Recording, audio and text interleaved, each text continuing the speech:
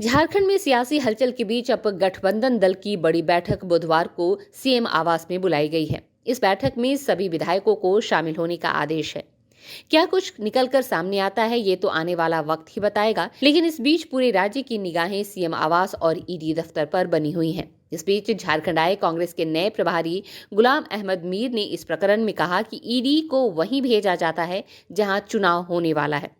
अब देश इसे सीरियसली नहीं ले रहा। उन्होंने कहा कि झारखंड में जेएमएम और कांग्रेस के लोग बहादुर हैं, चुनौतियों का डटकर सामना करेंगे और ये पीछे नहीं हटेंगे। देखिए, ये तो अभी कुछ न्यूज़ों में पिछले 2-3 दिन से चला आ रहा था। दिल्ली में भी ये सवाल पूछा था, तो आज ही मैं यहाँ पहुँचा हूँ। अभी हम पहले अपने विधायकों और मंत्रियों से बात करेंगे जहाँ तक सरकारी पार्ट का सवाल है। जहाँ तक ऑर्गेनाइजेशन का मामला है तो फिलहाल मेरा ऑर्गेनाइजेशनल विजिट आज का था, और हमारी कोलिशन के अंदर इस पार्ट में उस पार्ट में क्या हो रहा है वो मेरे ख्याल से शाम तक ब्रीफ ले लेंगे।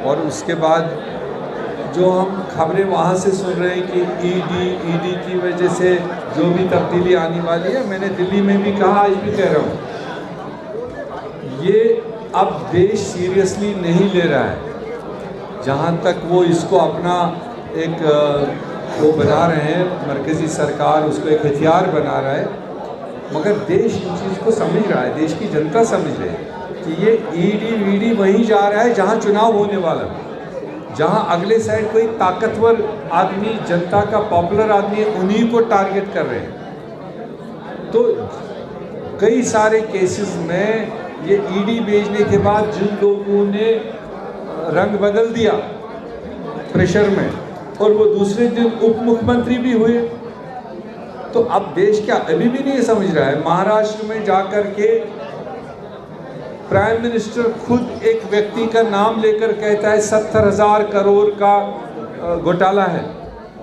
ईडी को जांच करना चाहिए, और 24 घंटे के अंदर वो व्यक्ति दूसरे साइड आता है और उप मुख्यमंत्री का ओथ लेता है। और इस तरह की बहुत सारी मिसालें हैं।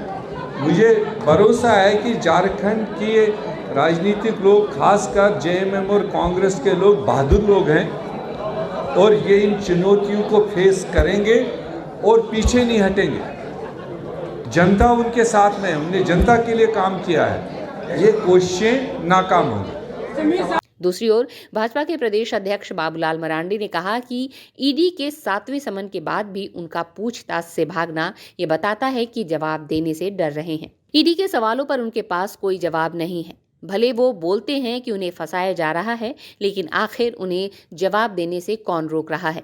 उन्हें पता है कि उन्होंने किस प्रकार से गड़बड़ की है। अब सरफराज अहमद को इस्तीफा दिला के अपनी पत्नी कल्पना सोरेन की ताजपोशी करने में लगे हैं। लेकिन कम से कम राज्य में इस प्रकार से जो गड़बड़ी हो रहा है, ये तो इनको रोकनी चाहिए। तो हम कह रहे थे कि सभी काम या असंवैधानिक ही काम कर रहे हैं। अभी भी आप सब ने देखा होगा कि जब मुख्यमंत्री को लगा कि आप तो हम जेल जाने के आप करीब के रास्ते पर हैं, तो मैंने देखा कि एक विधायक को, गांडे से जो विधायक सरफराज अहमद से, उनको रिजाइन कराया।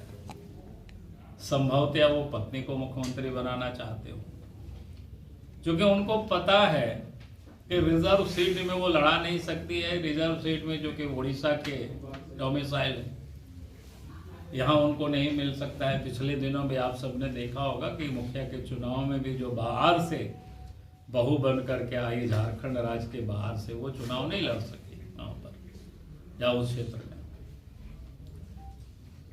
तो विधायक बनना तो मुश्किल है। और अभी अभी ओबीसी को लेकर के हाईकोर्ट का, रांची हाईकोर्ट का ही एक निर्णय आया है कि भाई वो कोई भी रिजर्व आरक्षण की वो सुविधा वो यहाँ नहीं ले सकते।